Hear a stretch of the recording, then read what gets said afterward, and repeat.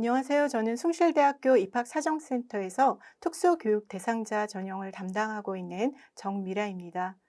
이 영상에서는 숭실대학교에 대한 간단한 소개와 함께 2023학년도 숭실대학교 특수교육 대상자 전형에 대해서 안내해 드리도록 하겠습니다.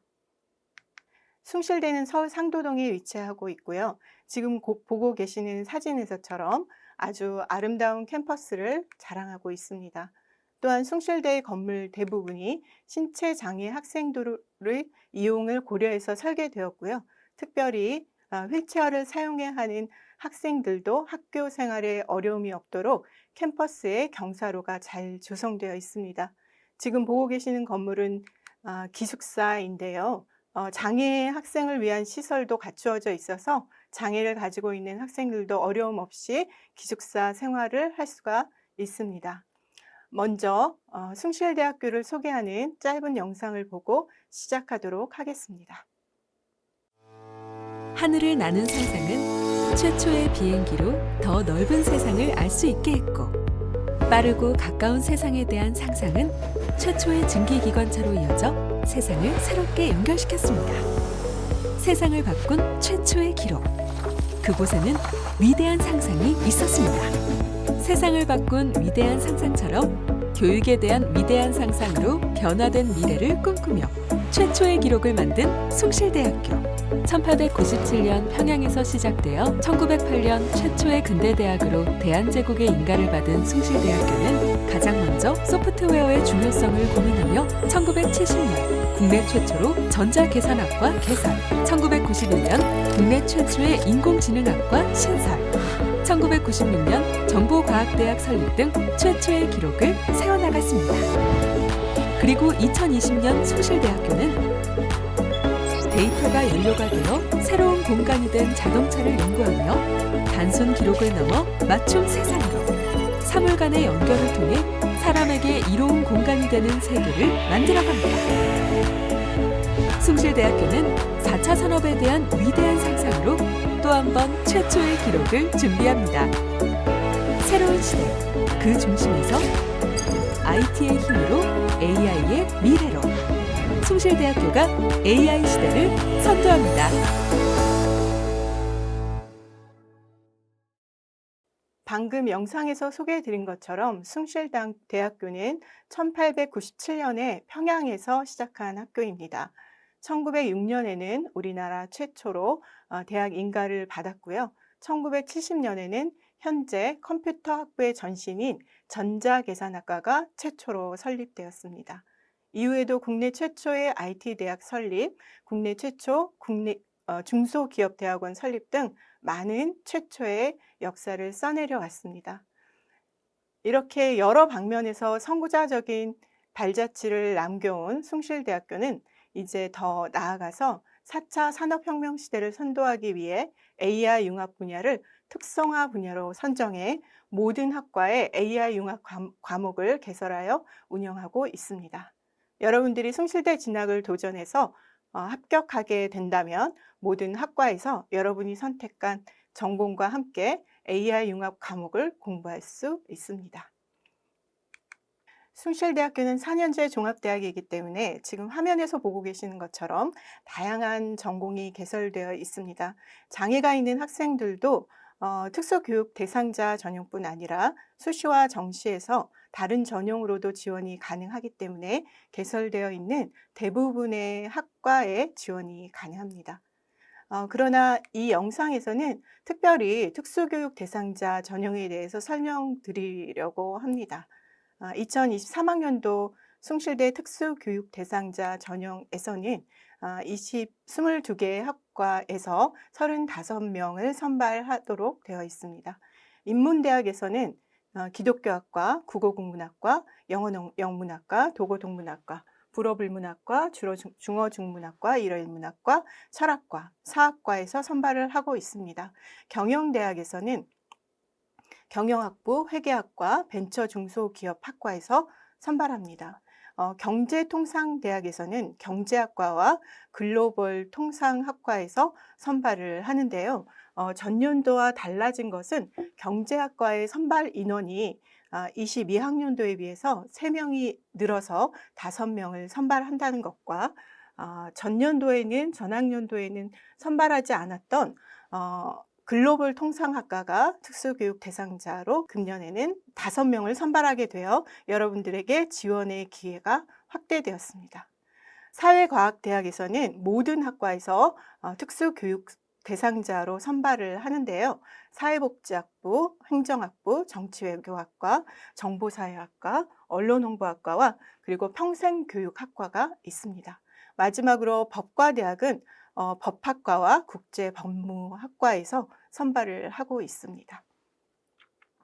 다음은 특수교육 대상자의 지원 자격 및 자격 서류에 대해서 간단히 살펴보겠습니다. 지원 자격은 고등학교 졸업 또는 졸업 예정자이거나 고등학교 졸업과 동등 이상의 학력이 있으면서 장애인 등록이 되어 있거나 또는 국가보훈처에 등록된 상위 등급자이시면 지원 가능합니다. 자격 서류로는 장애인은 장애인 증명서를 제출하게 되어 있고요. 그리고 상위 등급자는 국가유공자 확인원을 제출하시면 됩니다. 자격 서류 외에도 서류 심사를 위해 제출해야 하는 서류로는 학교생활기록부와 자기소개서가 있습니다. 혹시 외국고나 검정고시 출신일 경우에는 성적증명서와 학교생활기록부를 대체할 수 있는 대체 서식 등을 제출해 주시면 됩니다. 네, 다음은 숭실대 수시에는 어떤 전형들이 있는지 잠깐 살펴보도록 하겠습니다. 숭실대 수시는 학생부 종합전형, 학생부 교과전형, 논술 우수자 전형, 예체능 우수인재 전형이 있습니다. 이 중에서 학생부 종합전형을 가장 많이 선발하고 있고요. 지금 설명드리는 특수교육 대상자가 학생부 종합전형에 속하고 있습니다.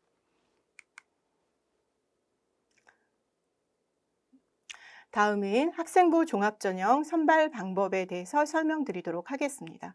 특수교육 대상자 전형도 학생부 종합전형에 속하기 때문에 선발 방법은 동일합니다. 학생부 종합전형 선발은 2단계로 구성이 되어 있습니다. 1단계에서는 서류심사, 2단계에서는 면접으로 구성되어 있는데요. 1단계에서 학생부와 자소서를 가지고 서류 심사를 해서 모집 인원 3배수를 선발합니다. 1단계 합격자분들은 2단계에서 면접을 보게 되고요. 면접 점수 30%와 서류 점수 70%를 더하여 최종 합격자를 선발하게 됩니다. 최종 합격에 들지 못하셨더라도 2단계 면접까지 참여한 학생들은 추가 합격자 대상이 될 수 있으니 관련해서 모집 요강을 꼭 확인하시기 바라겠습니다. 서류에서는 활동 역량, 학업 역량, 잠재 역량을 평가하는데요. 활동 역량은 54%, 학업 역량은 20%, 잠재 역량은 26%를 차지합니다. 이제 좀 더 자세히 평가 요소를 살펴보겠습니다. 학업 역량은 3가지 기준으로 평가합니다. 첫째, 주요 과목 학업 성취도를 평가하고요. 특수교육 대상자 전형으로 지원하시게 되면 인문 경상 계열에 속하기 때문에 국수, 영, 사 과목이 주요 과목에 속하게 됩니다. 자연 계열은 국수, 영과 그리고 융합 특성화 자유전공 학부는 국수, 영, 사과를 주요 과목으로 평가합니다. 다음은 전과목 성적을 통한 학교생활 성실성 부분이 반영되는데요. 주요 과목뿐 아니라 고교 생활에서 주어진 모든 과목에 성실히 임한 학생을 평가하는 항목입니다. 마지막으로 선택 교과목이 지원하는 학과와 연계하여 적절한지, 성취 수준은 어떤지를 평가하게 됩니다.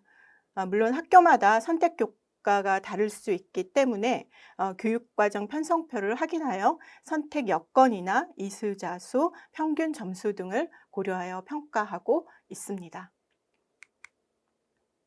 다음 활동 역량에서는 교과 성적을 제외한 학생부와 자기소개서에서 보여지는 성실성, 전공 적합성, 자기주도성을 평가합니다. 활동 역량 부분은 앞서 말씀드린 바와 같이 평가 비중이 가장 높습니다. 출결과 봉사활동을 통해서 성실성을 평가하고요. 전공 적합성은 가장 중요한 평가 항목 중에 하나인데요. 지원자의 관심 분야나 활동 등 지원 전공이나 계열과 연계된 모든 기록을 통해서 평가합니다. 자기 주도성 부분은 전공과 관련이 적더라도 지원자가 고교 생활을 주도적으로 참여한 부분이나 목표 달성을 위한 지속적인 의지와 성과가 보이면 긍정적으로 평가합니다. 마지막으로 잠재 역량에서는 발전 가능성과 인성을 평가합니다. 지원자가 진로 분야를 탐색한 내용이나 진학 의지, 그리고 자소서 3번에서 보여지는 학업 및 진로 계획의 구체성이나 실현 가능성 등을 통하여 숭실대 입학 이후 성장 가능성에 초점을 맞춰서 평가하고 있습니다. 그리고 인성 부분은 서류에서 보여지는 배려, 나눔, 협력 같은 공동체의 의식 등을 종합적으로 평가하고 있습니다. 또한 자기소개서에 작성하면 안 되는 내용들, 즉 지원자 성명이나 출신 고교명, 부모의 정보 등이 작성되면 감점 처리되고요. 학교 폭력 사실 기록도 인성평가에 불리하게 반영될 수 있습니다.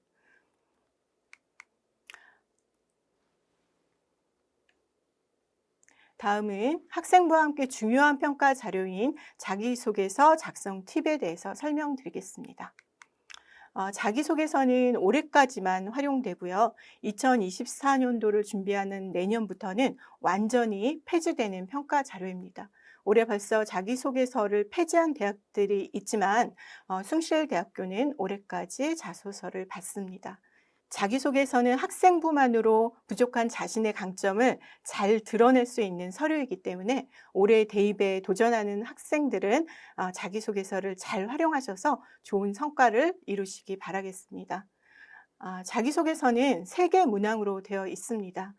1, 2번은 대교역 공통문항이고요. 3번은 대학 자율문항입니다. 작성 순서에 대해서 한 가지 제안드리고 싶은 것은 먼저 3번 문항부터 작성하시라는 겁니다.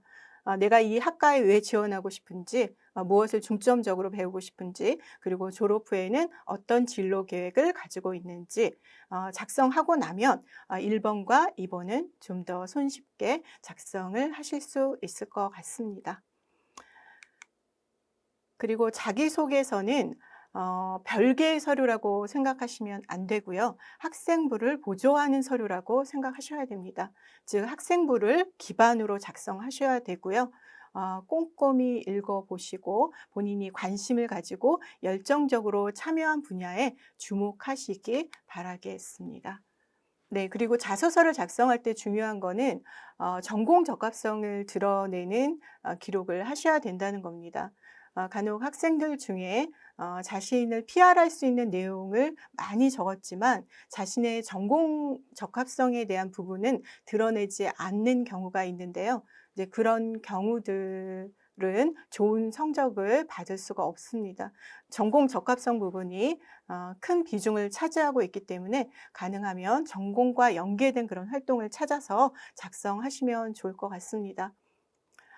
혹시라도 전공과 연관된 그런 내용이 없다면 계열 적합성으로 좀 폭넓게 생각하셔서 계열과 연관된 그런 활동이 무엇이 있는지 확인해 보고 작성하시면 좋을 것 같습니다. 다음은 구체적으로 작성하기입니다. 활동을 시작하게 된 동기나 과정, 그 경험을 통해서 어떤 성과가 있었는지, 변화된 점이 무엇인지 구체적으로 작성하시면 좋을 것 같습니다. 다음은 자기소개서에 드러난 자신의 강점을 드러내는 것입니다.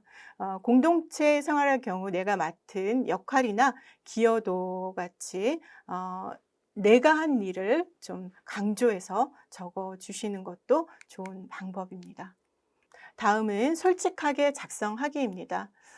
스스로 하셔야 되고요. 이제 투박하더라도 진정성 있는 자신의 모습을 보여준다라고 생각하시고 자기소개서를 작성하시면 좋을 것 같습니다. 요즘은 컨설팅 업체에서 맡겨서 정말 화려한 문구로 자소서를 작성했다 하더라도 이제 면접까지 이어지기 때문에요. 면접에서 그 내용을 물었을 때 좋은 대답을 할 수가 없습니다. 그래서 학생의 어떤 진실성이 담긴 그러한 자기소개서를 작성하시는 게 중요합니다. 자기소개서 작성할 때 어, 유의하셔야 될 그런 내용이 있는데요. 유사도 검증이라는 게 있습니다. 간혹 컨설팅 업체에서 적어주는 문구나 아니면 입시 사이트에서 학생들이 보고 이제 단어만 바꿔서 적은 그런 자기소개서나 혹은 같은 활동을 한 친구들끼리 서로 같이 작성을 해서 똑같아진 그런 내용을 가지고 있게 되는 자소서는 표절에서 걸리게 됩니다. 그러면 이런 학생들은 탈락하게 되는데요. 이제 안타깝지만 매년 이런 학생들이 나오고 있습니다. 그래서 이 부분을 꼭 유의하시기 바라겠습니다. 다음은 자기소개서에 기재하면 안 되는 금지 사항이 있는데요. 그 부분을 꼭 확인하시고 자기소개서 기재 금지 사항을 작성하지 않도록 유의하시면 되겠습니다. 서류도 그렇고 면접도 그렇고요. 블라인드로 평가를 하고 있기 때문에 지원자의 이름, 고교명, 개인정보 등은 작성하시면 안 되고요. 그리고 부모와 또 친인척을 포함해서 직업정보 등을 작성해서도 안 됩니다. 다음은 면접평가에 대한 안내입니다.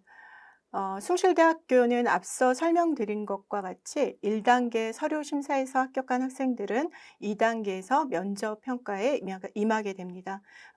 면접은 서류 심사와 마찬가지로 블라인드로 평가합니다.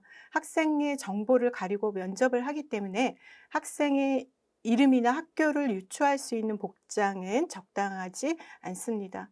약 10분 동안 면접관 2명이 학생 1명에게 질문하는 방식입니다. 면접은 지원자가 제출한 서류를 기반으로 하기 때문에 전문적인 전공 지식은 묻지 않습니다. 대면 면접이 원칙이나 작년과 재작년에는 코로나로 인해서 줌을 통한 비대면 면접을 시행했습니다. 올해도 코로나 상황에 따라서 비대면 면접을 시행할 수 있다는 것을 염두에 두시기 바라겠습니다. 혹시 장애로 인해서 대면 면접이나 비대면 면접에 어려움이 있다고 생각되시면 숭실대학교 입학사정센터로 연락 주시면 도움을 드리도록 하겠습니다. 면접평가에는 전공 적합성 50%, 인성 25%, 잠재력 25%를 평가합니다. 역시 전공 적합성이 가장 중요한 평가 요소입니다. 면접에서도 지원자의 부모나 친인척의 실명, 직장직위, 직종 등을 언급하게 되면 평가에 불이익을 받을 수 있습니다. 전공 적합성에 대해서는 이제 전공 탐색이나 전공 선택 과정, 전공에 대한 관심 및 이해도, 활동의 전공 연계성 등등에 대해서 질문을 하게 됩니다. 인성평가는 서류의 진위 여부, 활동의 진실성, 면접 전반에 걸친 태도 및 의사소통 능력을 평가합니다. 잠재력은 학업 계획이 실현 가능한지, 목표에 맞는지, 진학 의지와 성장 가능성을 평가합니다. 면접 질문은 서류 기반이라고 앞서 말씀드렸는데요. 여러분들이 제출한 서류를 꼼꼼히 살펴보시고 특히 전공과 연관된 부분은 잘 준비하시기 바라겠습니다. 서류에 기록이 되어 있지 않더라도 여러분이 한 활동에서 유추하여서 심화된 질문도 가능하고요. 화면에 보고 계시는 것처럼 지원 전공 분야에 대한 사회 이슈 같은 질문을 할 수 있다는 것을 유의해 주시기 바라겠습니다. 다음은 특수교육 대상자 전형의 입시 결과입니다. 지금 보고 계시는 표는 학과별 경쟁률과 최종 등록자의 내신 평균 등급을 보여드리는 표입니다. 특수교육 대상자의 전형의 전체 경쟁률 평균은 4.93대 1이었고요. 전과목 평균 등급은 4.66이었습니다. 보통 4에서 5등급대 학생들이 22학년도에 합격하고 등록하였습니다. 참고로 SSU 미래인재 전형의 평균 등급은 3.1이었습니다. 보통 장애를 가지고 있는 학생들이 선호하는 학과가 사회복지학과이다 보니 화면에서 보이는 것처럼 22학년도에 17대 1로 굉장히 높은 경쟁률을 보였던 것을 알 수 있습니다. 마지막으로 2023학년도 특수교육 대상자 전형의 입시 주요 일정에 대해서 설명드리도록 하겠습니다. 원서 접수는 9월 14일부터 17일까지이고요. 원서 접수 사이트에서 온라인으로 접수합니다. 자기소개서는 9월 14일에서 19일까지이고 역시 원서 접수 사이트에서 온라인으로 작성하시면 됩니다.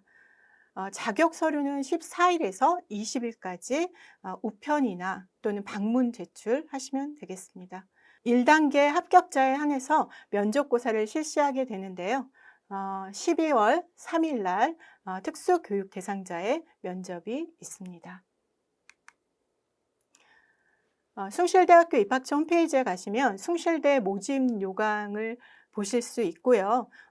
지금 설명드린 내용보다 더 자세한 내용이 모집 요강에 나와 있습니다. 꼭 확인하시고 지원하실 때 놓치는 부분이 없는지 잘 확인하시고 지원하시기 바라겠습니다. 그리고 S스타라고 하는 전공에 대해서 설명을 해놓은 책이 있습니다. 이 책도 전공과 연관해서 확인하고 싶은 부분들이나 알고 싶은 내용이 있다면 꼭 입학처 홈페이지에서 확인하시면 좋겠습니다. 이 외에도 SNS나 웹에서 숭실대에 대한 많은 자료를 찾아보실 수 있습니다. 작년과 재작년에 비대면으로 그 학생들과 만나다 보니까 많은 영상 자료들을 올렸는데요. 올해도 역시 많은 콘텐츠들이 올라가고 있습니다. 그래서 쉽게 전공 관련 학교 소개 이런 자료들을 찾아보실 수 있습니다. 지금까지 2023학년도 숭실대학교 특수교육 대상자 전형에 대해서 설명드렸습니다. 이 영상이 도움이 되셨길 바라고 좋은 결과가 있기를 기원하겠습니다. 감사합니다.